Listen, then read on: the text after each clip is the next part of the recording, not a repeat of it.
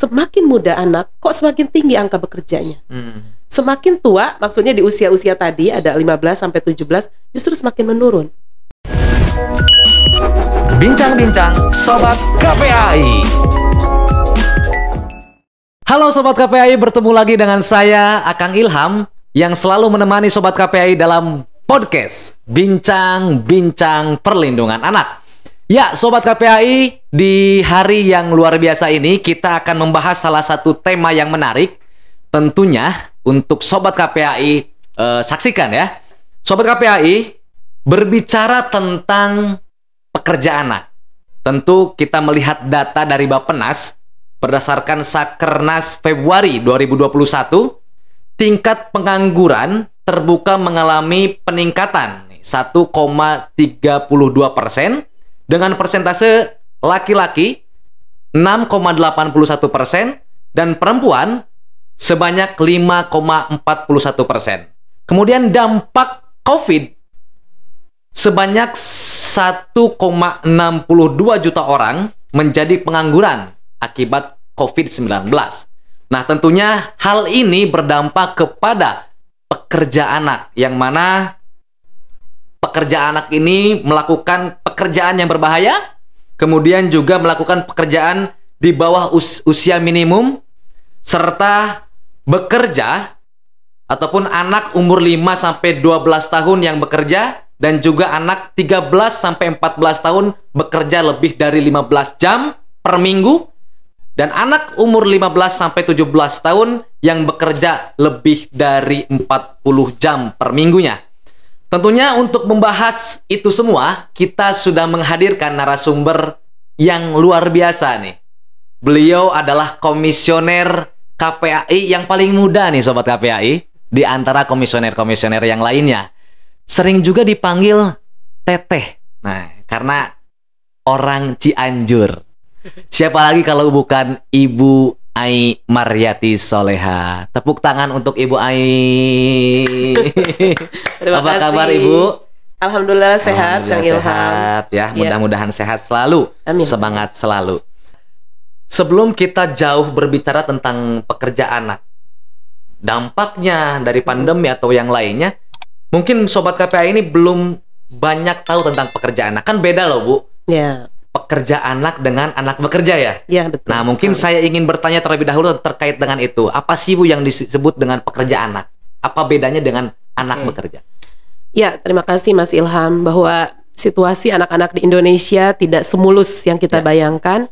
Ada situasi dan kondisi yang mengharuskan kita melakukan langkah-langkah terukur. Ini mandat negara sesuai juga dengan konvensi hak anak, bahwa ini harus dilakukan. Karena situasi itu ternyata dipicu oleh tadi yang disampaikan Mas Ilham, betul sekali, angka pengangguran, angka orang tua tidak bekerja atau orang dewasa tidak bekerja, ada korelasi secara signifikan terhadap kembali meningkatnya situasi pekerja anak. Untuk membahas itu, mari kita bedakan apa yang disebut anak bekerja. Ya, tentu kalau anak bekerja ini ada sisi perlindungan terhadap anak-anak ini, baik dari aspek hukum misalnya, aspek pengasuhan gitu ya. Lalu bagaimana yang disebut dengan pekerja anak yang hari ini kita peringati sebagai Hari Dunia Menentang Pekerja Anak. Nah, ini di satu sisi ada usia ya yang menjadi angka kritis, yang itu tidak boleh anak-anak dipekerjakan pada sektor berbahaya misalnya. Di dalam Undang-Undang 13/2003 Ketenagakerjaan saya kira sangat jelas bagaimana perbedaan itu. Anak bekerja misalnya di dalam usia di atas 13 tahun tentu dalam pengawasan orang tua ya, tidak lebih dari 5 jam per hari atau 4 jam per hari, dan mereka juga dapat dijelaskan apa sih pendapatan yang mereka dapatkan gitu. Dan tentu ini tidak boleh secara prinsip mencerabut hak-hak anak atau hak dasar misalnya pendidikan, kesehatan, dan pengasuhan orang tua. Nah, kadang ini dimanifestasikan dalam anak yang membantu orang tua. Mungkin iya mereka bekerja tapi kemudian ada kontrol dari orang tua, diketahui oleh orang tua gitu. Nah, lalu bagaimana dengan anak yang disebut pekerja anak tadi yang disampaikan. Nah, ini sebetulnya titik kritis yang harus kita pahami, bahwa mereka ini ada yang pada sisi berbahaya. Kenapa disebut berbahaya? Karena kalau kita melihat dalam, kembali lagi dalam Undang-Undang Ketenagakerjaan, ada yang disebut dengan istilah anak-anak yang bekerja dalam bentuk pekerjaan terburuk. Ya, kurang lebih ada 12 bentuk. Mereka misalnya ada yang di Jerman, ya, kemudian di tempat-tempat yang cuaca ekstrim, lalu anak yang dilacurkan, misalnya mereka juga di jalanan, ya, pemulung sampah misalnya, dan lain-lain. Itu banyak sekali jenisnya. Lalu mereka juga ada yang di bawah usia minimum. Artinya kalau tadi dikatakan di usia 13 tahun gitu ya, mungkin ada toleransi 10 tahun pada situasi-situasi yang tidak berbahaya, tetapi ini lebih bawah lagi.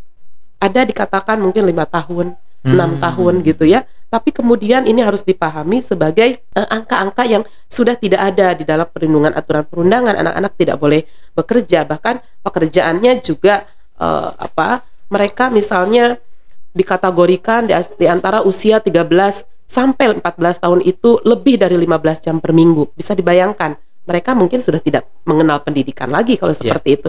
Bahkan di atas usia itu misalnya yang diperbolehkan oleh undang-undang, tetapi bekerja lebih dari 40 jam per minggu, itu juga yang disebut pekerja anak.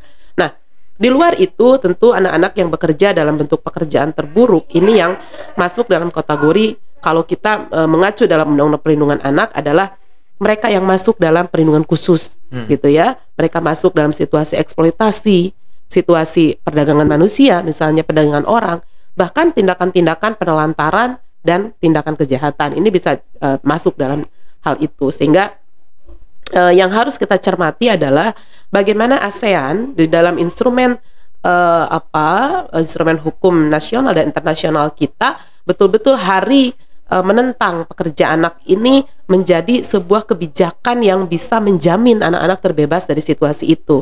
Nah, sementara ini misalnya kita masih meratifikasi konvensi ILO misalnya 183. Bagaimana anak-anak dan di usia-usia yang tadi disampaikan itu tidak boleh sesungguhnya hakikatnya bekerja. Ya, itu harus menjadi prinsip kita. Akan tetapi pada situasi yang ternyata tidak mampu dibendung, ada situasi orang tua yang tadi nganggur, kemudian ada situasi anak tetap mendapatkan pendidikan dan hak dasar, maka disebut tadi anak yang bekerja tadi ya, yang sesuai dengan aturan perundangan. Meskipun lagi-lagi kalau KPAI tentu dalam hal ini lebih pada bagaimana anak-anak supaya bebas. Tidak boleh ada yang bekerja, apalagi pekerja anak, apalagi mereka yang berada di dalam bentuk-bentuk pekerjaan terburuk. Sebetulnya itu yang sangat penting, bahwa kita menentang Hari Dunia Tanpa Pekerja Anak ini dengan mengkorelasikan dalam aspek-aspek kebijakan Indonesia lebih menjamin lagi anak-anak tidak masuk dalam dunia kerja yang tentu menjauhkan dari akses kesejahteraan mereka.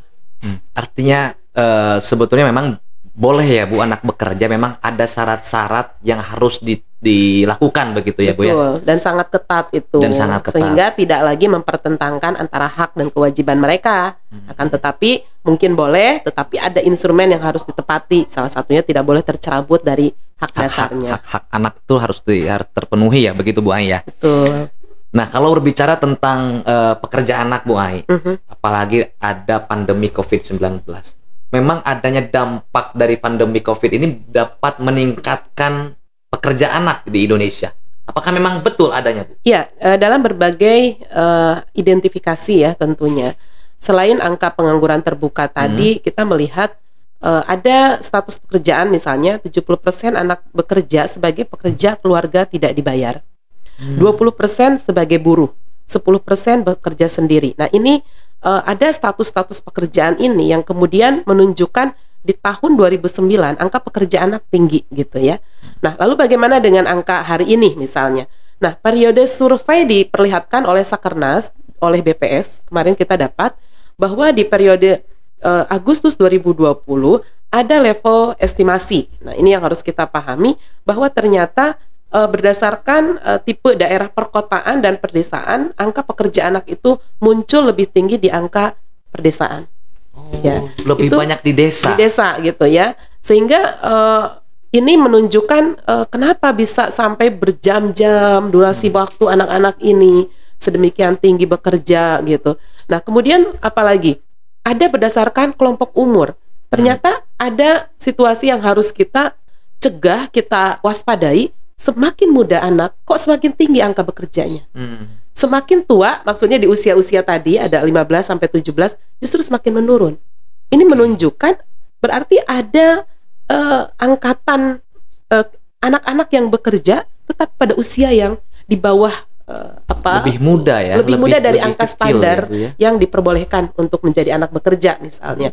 Nah, ini yang seharusnya kita coba memberikan dukungan pemerintah daerah untuk mewaspadai data ini. Ya, sekali lagi, karena misalnya ada prosentasi juga di tahun 2020 itu misalnya anak 10 sampai 12 tahun 17,28%, tetapi 0 sampai 9 tahun ada di 56%. Itu artinya dari 5 tahun ke 9 tahun itu anak udah mulai masuk dalam dunia kerja itu.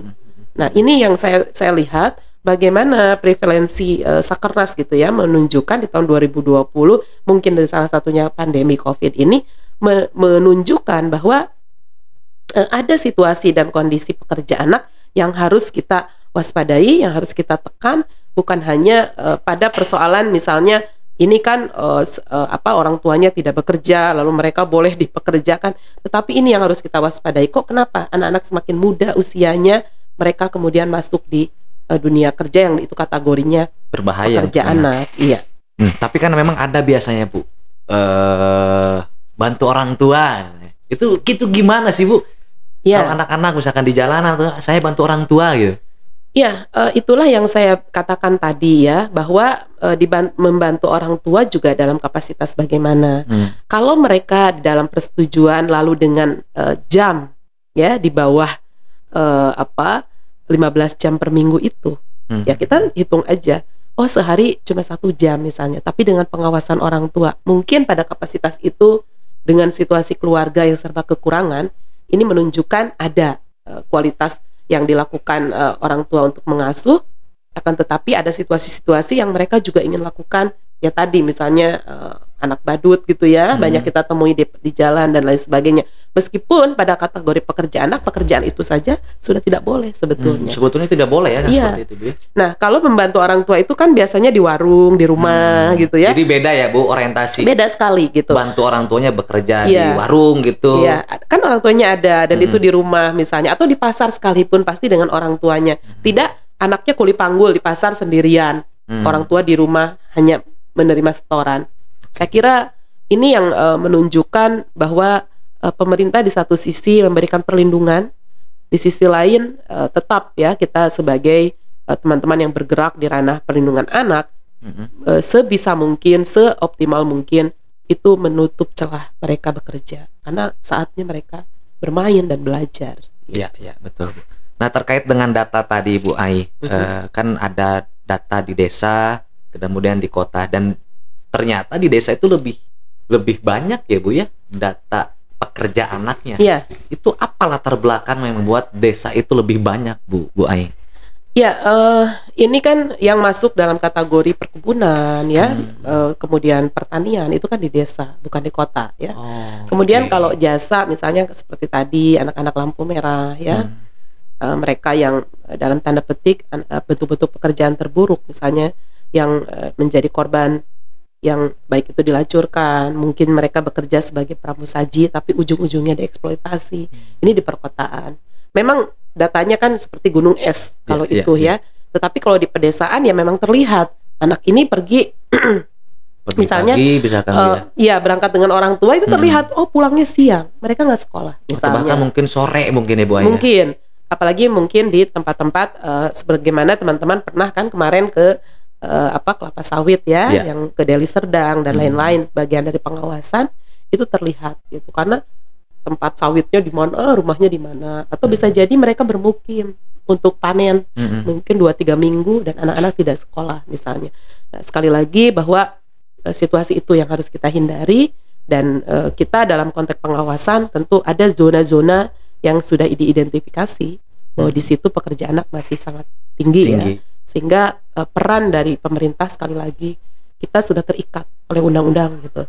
Tidak bisa lagi dikembalikan kepada orang tuanya karena bekerja gitu, tidak bisa. Tapi bagaimana mengintervensi baik itu dunia usaha baik itu pemerintah daerah sampai pada level keluarga, mereka harus berupaya keras supaya anak-anak terhindar dari pekerja anak ini dan berupaya memberikan pemenuhan terhadap hak-hak mereka. Gitu Kang Ilham. Siap Bu Ai. Nah, terkait dengan kasus-kasus yang ditangani oleh KPAI terkait dengan pekerja anak, ada nggak Bu selama pandemi mungkin? Ya, kembali ya, kita pengawasan seperti itu harus cek kepada Kementerian Tenaga Kerja karena sebagai pengawas, dan akan terlihat anak-anak apakah di sektor formal ini masih dipekerjakan. KPAI temukan kasus itu, gitu ya. Bahkan sudah ditarik dari pekerja anak, tapi yang muncul adalah bagaimana anak-anak yang sudah ditarik ini mendapatkan perhatian negara, bahwa mereka bukan hanya ditarik tapi kemudian mendapat pembinaan. Kenapa harus dibina? Ya karena mereka juga harus mendapatkan hak pendidikannya, bukan hanya memutus dari mereka berpenghasilan kemudian tidak.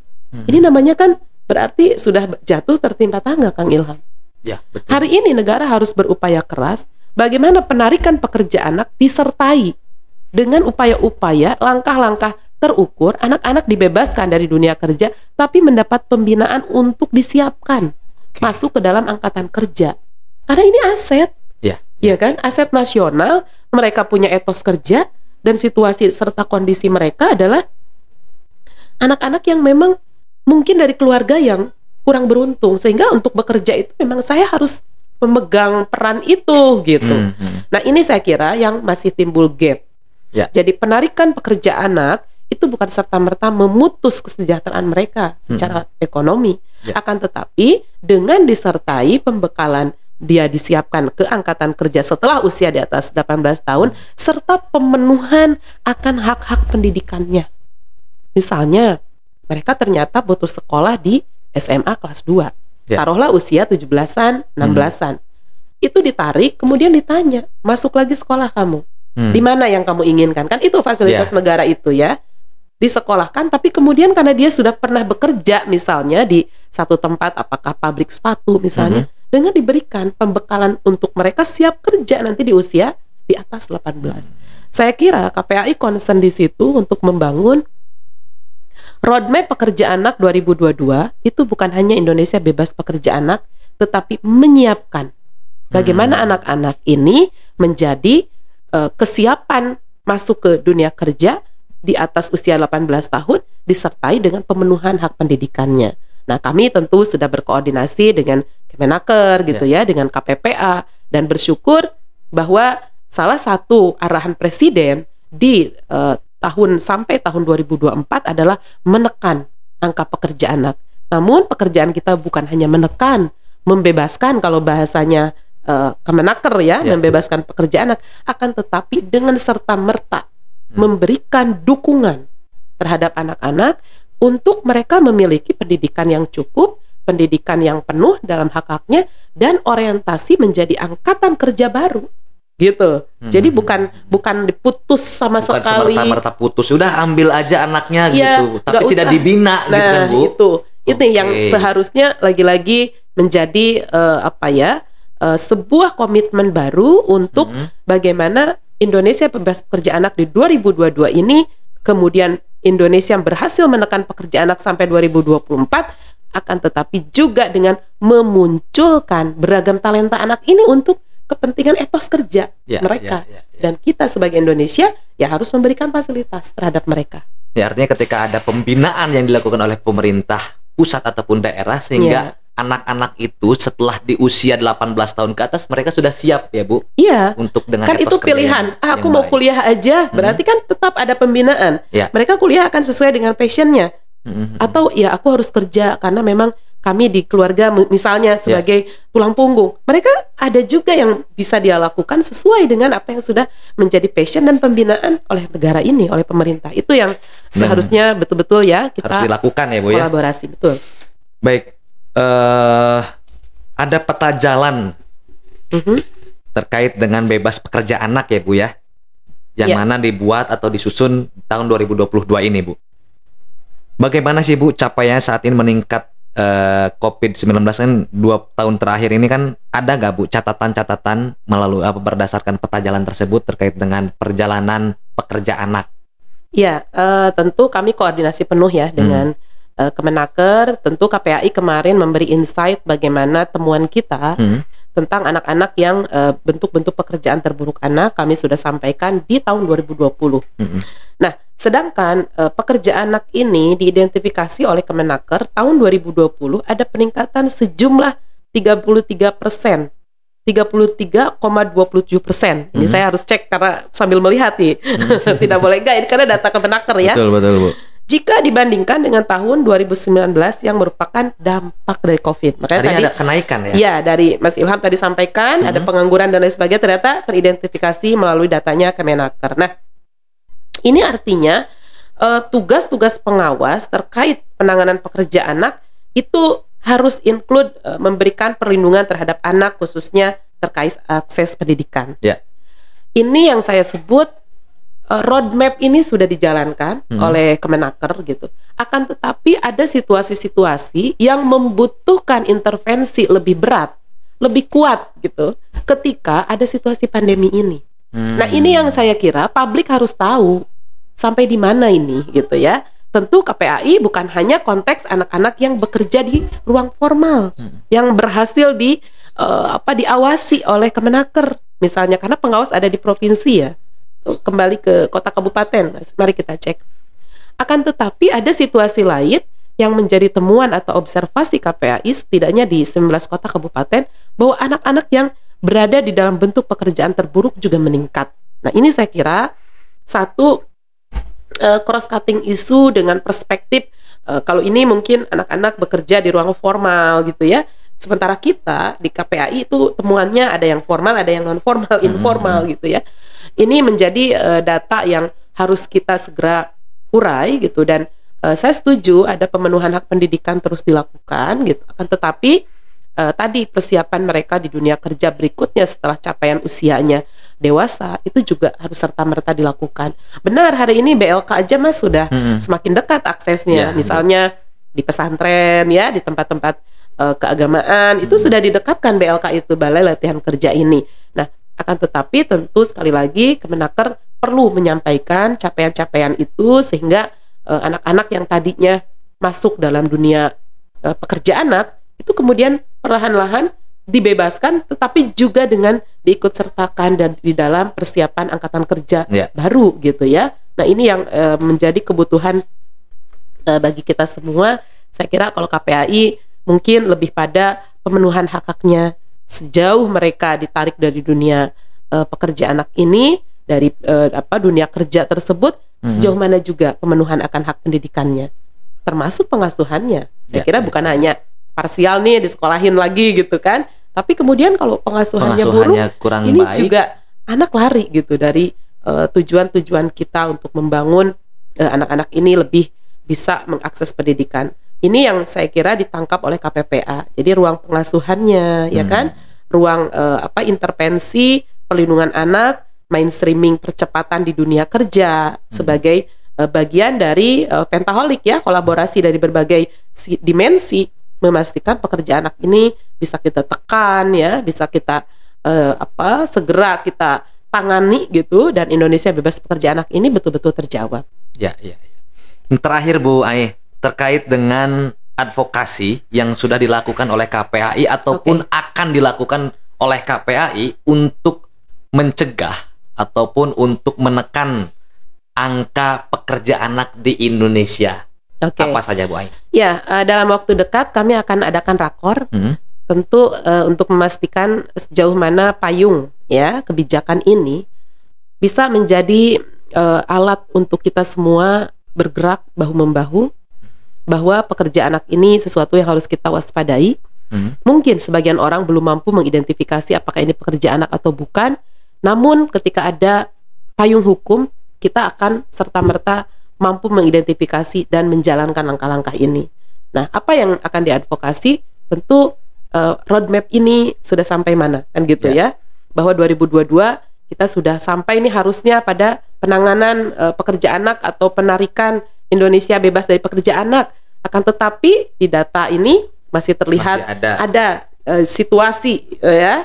Peningkatan ya. Iya, Bu, terkait 33,19% ini angka real yang kita temukan dari 2019 ke 2020 angka pekerja anak dari Kemenaker. Sehingga menurut saya kami dari KPAI tentu ingin mendorong langkah-langkah secara simultan dari aspek kebijakan. Yang kedua, pemerintah daerah harus betul-betul mengambil peran kepeloporan untuk memastikan itu semua. Karena sekali lagi ya, mungkin di tingkat pusat baik itu kementerian atau lembaga punya wewenang atas penyusunan regulasi tersebut. Akan tetapi di daerah juga punya wewenang itu. Misalnya perdanya hari ini sudah memunculkan nggak untuk menghapus pekerjaan anak? Itu salah satu koreksi. Oh, kami punya perda perlindungan anak. Lalu apa isinya? Kekerasan.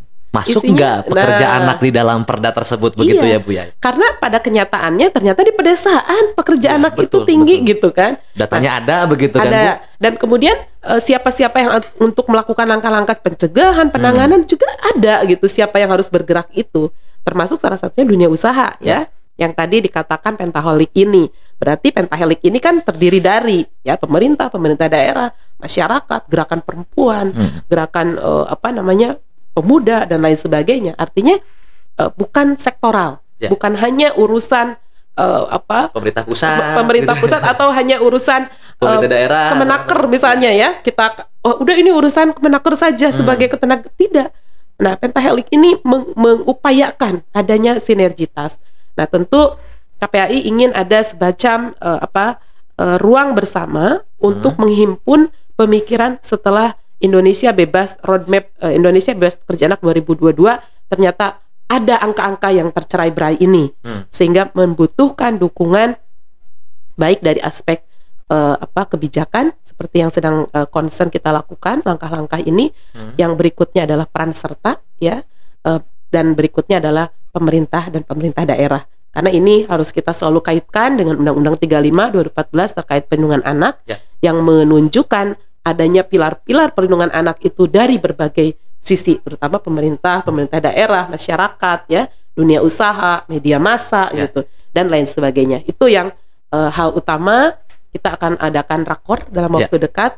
Sehingga kapan itu Bu rakornya Bu? Kira-kira? Saya sudah sampaikan di bulan Juli sebetulnya. Karena bagaimanapun ini menjadi mandat arahan Presiden harus memastikan seluruh stakeholder bekerja untuk memastikan bahwa kita mampu menekan pekerja anak di Indonesia. Baik. Mungkin itu Mas. Baik, terima kasih Ibu Ai, luar biasa sharingnya. Mudah-mudahan kita doakan bersama Bu Ai, Indonesia bebas pekerja anak di tahun 2022. Ya, amin. Dan langkah-langkahnya terus kita lakukan. Ya, langkah-langkahnya harus tetap dilakukan begitu Bu Ai, terkait dengan cabutan anak dari pekerjaannya. Menarik anak. Sorry. Jangan mencabut. Iya. Menarik anak dari pekerjaan, anak dari dunia pekerja anak yang berbahaya begitu Bu. Betul. Dan juga ada pembinaan yang dilakukan oleh pemerintah pusat dan juga daerah. Baik Ibu Ai, terima kasih banyak sudah sharing bersama Sobat KPAI tentunya. Sama-sama Kang Ilham. Ya, doa terbaik untuk Bu Ai, sehat-sehat selalu, sukses selalu, dan salam untuk keluarga Bu Ai. Ya, terima kasih. Ya, Sobat KPAI, itu tadi bincang-bincang kita bersama Ibu Ai atau Teteh Ai. Tentunya jangan lupa nih, saya selalu mengingatkan kepada Sobat KPAI untuk like, comment, share, and subscribe channel ini di bawah ini. Salam sehat untuk anak Indonesia. Terima kasih Ibu Ai, sehat selalu. Terima kasih Sobat KPAI. Bincang-bincang Sobat KPAI.